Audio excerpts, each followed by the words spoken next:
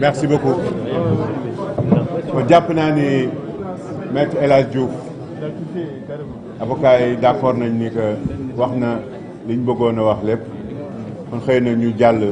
peut-être ci bu fekkee am na ñaari laaj ñu jël parce que ndogu jot na bu fekkee amul ñaari laaj amul kuy laaj ñu def résumé bu ndaw pour ñuy def journal ñu def waaw donc vraiment ñu ngi leen di remercier ci teewaay bi di remercier ñi fi ñëw ñëpp leen wax ni que s'il vous plaît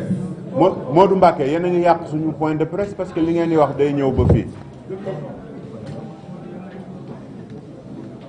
ñoom jaara yéen a nekk ci ginnaaw di wax li ngeen di wax day egsi ba fii bu fekkee ne da ngeen bëgg a waxtaan ngeen génn ci biti. merci beaucoup donc ñi ngi sant ñëpp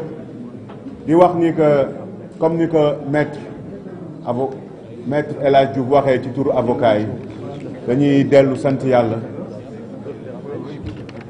ci jibal bi mu jibal dëgg ci kaw fen dañuy dellu di sant yàlla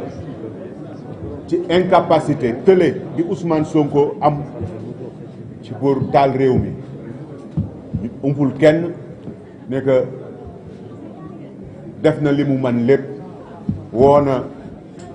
ñi mu xam ñëpp woo na ñi ko topp ñëpp dugal na leen ci gaal goo xam ni taal réew mi moo ko taxoon a jóg ci kàttanu yàlla taalul réew mi mais ci kàttanu yàlla ñu bëggoon a ngalaab réew mi ñu bëggoon a yàq ay jumtukaay réew mi ñu amoon planification pour déstabiliser réew mi ak institution yi yàlla weer na leen ba yoon teg na leen seen kaw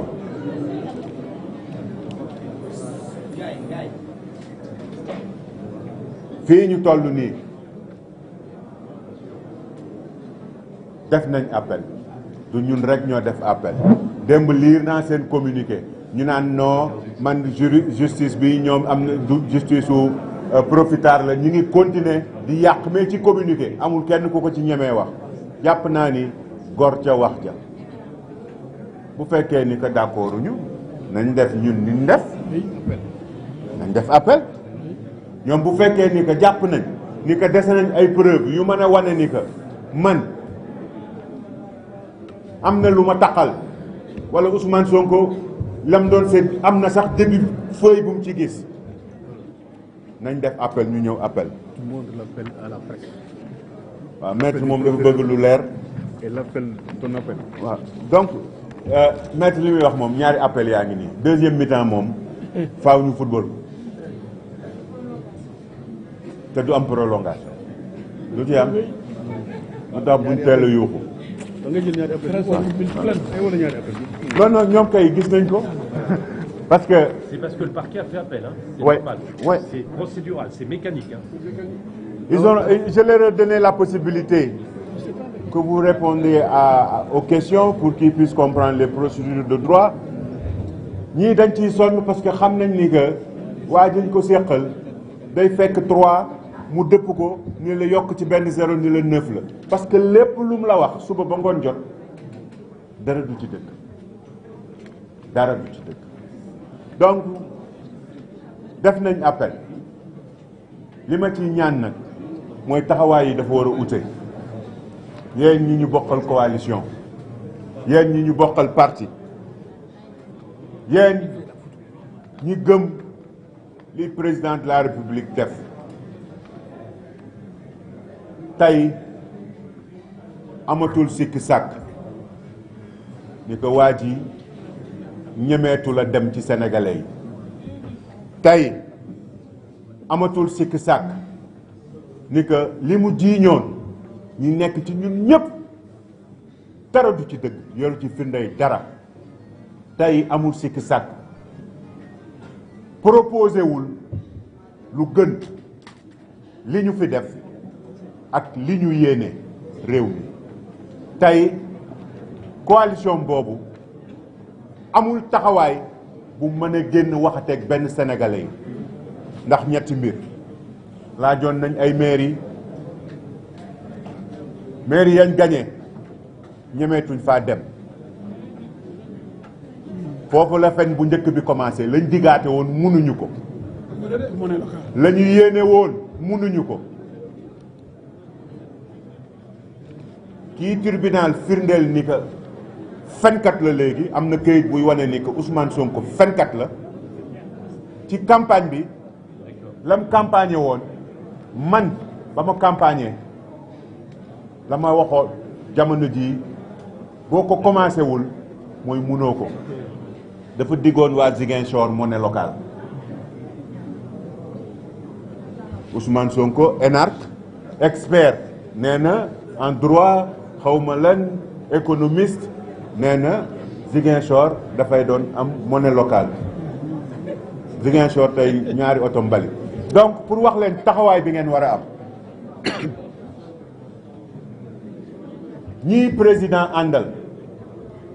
defuñu lu fi jar raser mur yi benn waay lañ amoon rek muy xëy di sosal nit ñi ut juróomi saaga katam boo ko naree song say mbokk ni la noo jaru ko nit ñi di noppi waaye waxoon naa leen egsi na ci daj dëpp bi tey amatul marche arrière ñi ragaloon parce que dafa mën a taal dëkk bi mënul taal dara man dama giñal Macky Sall ne ko man tànk maa ngi fii ci sa wet bu taalee dëkk bi santuma ñang utal bool ñu jox ñi sant ñang ñëpp ak ñi sant faal ñu raxatu jox ma naan lii muy def ñoo ko dàq fuuf waaye bëgg réew mi am yéene ci réew mi naw ni ñu nekkal yërëm ñi ñu nekkal moo tax am na taxawaay yoo xam ne jombale nañ ko suñu bopp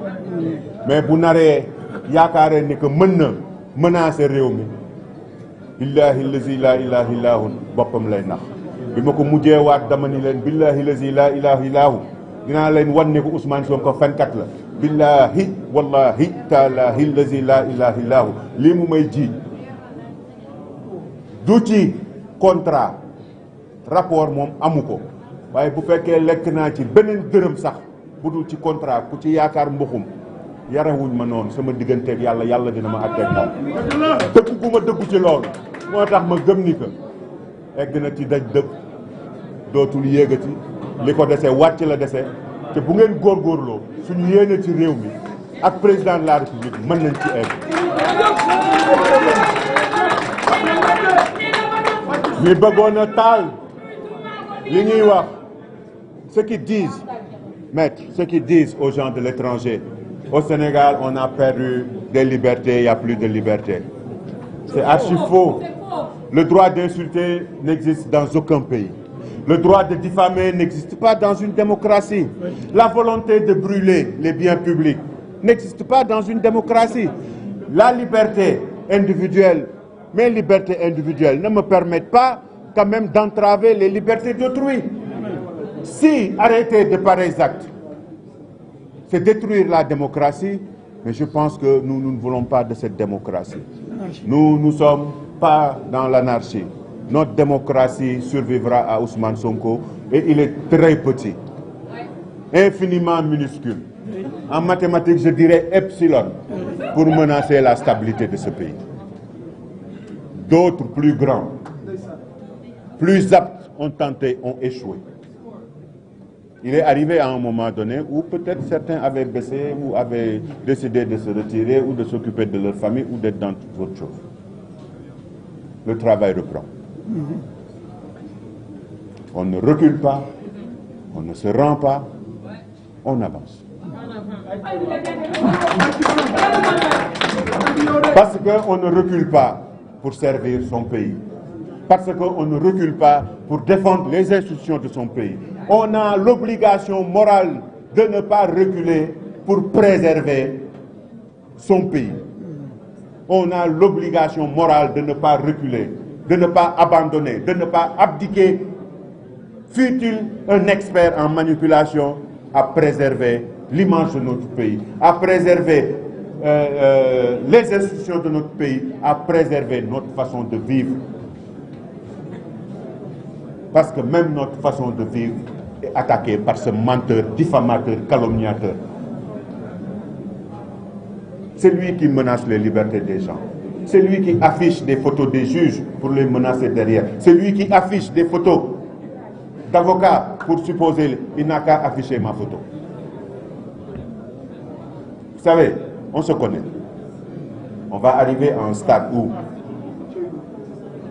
si certaines personnes ne prennent pas leurs responsabilités, d'autres prendront leurs responsabilités. Nous avons combattu avant lui. Nous nous sommes donnés pour notre pays avant lui. Je rappelle aux gens que cette personne qui essaie de vous faire croire qu'il peut changer quoi que ce soit, il ne peut même pas changer le fonctionnement de sa commune, à plus forte raison de notre pays. Il ne peut même pas changer le fonctionnement de sa propre vie, désorganisée, débauche totale, menteur, calomniateur, diffamateur. Une personne qui est dans ces lignes ne peut pas embarquer notre pays. Une personne qui est dans ces lignes ne peut pas embarquer la jeunesse de notre pays. Quand on se battait le 23 juin, je rappelle, et j'ai beaucoup de respect pour les deux camps, que ce soit ceux qui proposaient le ticket et ceux qui combattaient. C'était des générations qui s'étaient engagées à défendre des idées. Au même moment, nous qui sommes de sa génération avons organisé le combat. Au même moment, lui, il cherchait des terrains avec un certain monsieur pour les vendre. Ce n'est pas un messie, c'est un menteur. Et d'ici peu de temps, d'autres personnes prouveront qu'il détient d'autres valeurs, totalement différentes de nos croyances. Mani, na ngeen taxaw parce que dinañ ko obligé mu ñëw sëgg bërewaat appel am na. ñi ko desee gëm ba léegi yaakaar parce que lim leen waxoon rëy na nee leen ko Mambay may na la prolongation boo amee yeneen preuve yu dul prorogue sax indil. ñi bëgg a ànd ak moom tey nax ñi naan non Sénégal démocratie Sénégal liberté. Sénégal démocratie la liberté la waaye kenn amul droit saaga kenn nekk ci réew mi dañ lay jàppi kenn amul droit taal pneu parce que dañ koy tere dañ lay jàpp kenn amul droit wootee ni que kenn am na ñëpp ay avocat lañ xam nañ li yoon maye ak li yoon tere ku yaakaar ni que dëkk ci li yoon tere di def lu la neex fii policier ku mu fi wax jaaral nii noonu ngay jaar Ousmane Sonko mooy kan ba bu ko policier waxee jaaral nii du fa jaar. Lacrymogène dafa cher étudiants yi ku ci génn ci biti bu la policier ne jaaral fii jaaroo fa du la dóor lacrymogène liif la lay dóor jot na nag moom ñu bañ a dépensé ci mag mu xamadi ay duma moo koy dubanti bu foogee ni que fa mu egg mën na faa egg bu feegee ni que mën na faa egg fa mu toog kenn mënu koo jot nax na boppam. am na ku ni ma non moom nee na xaw ma ñaanal nañ ko ba buy ñëw tribunal ay béjjën ak ay saafara yooyu génnew la ci sawaay munoo lu yàlla munul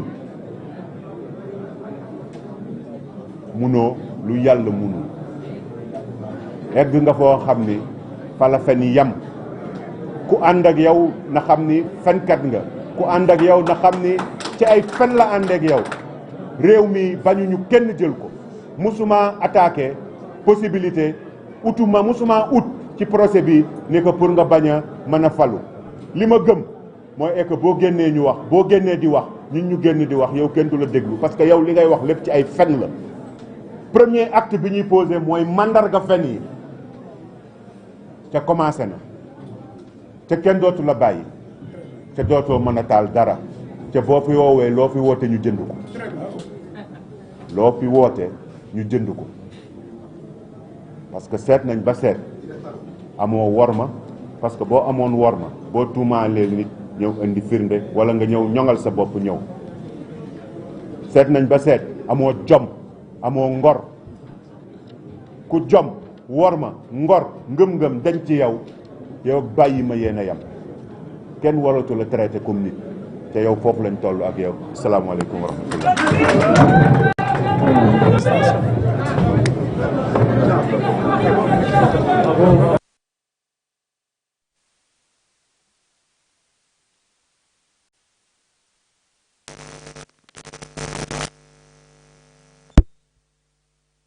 ko gisandoo voilà comme ni ngeen ko gisandoo noonu donc si li nga xam rek moom mooy déclaration de presse bu le ministre Mame Mbaye Niang jëmale ko nag ci li nga xamante ni mbokk yi moom mooy donc affaire de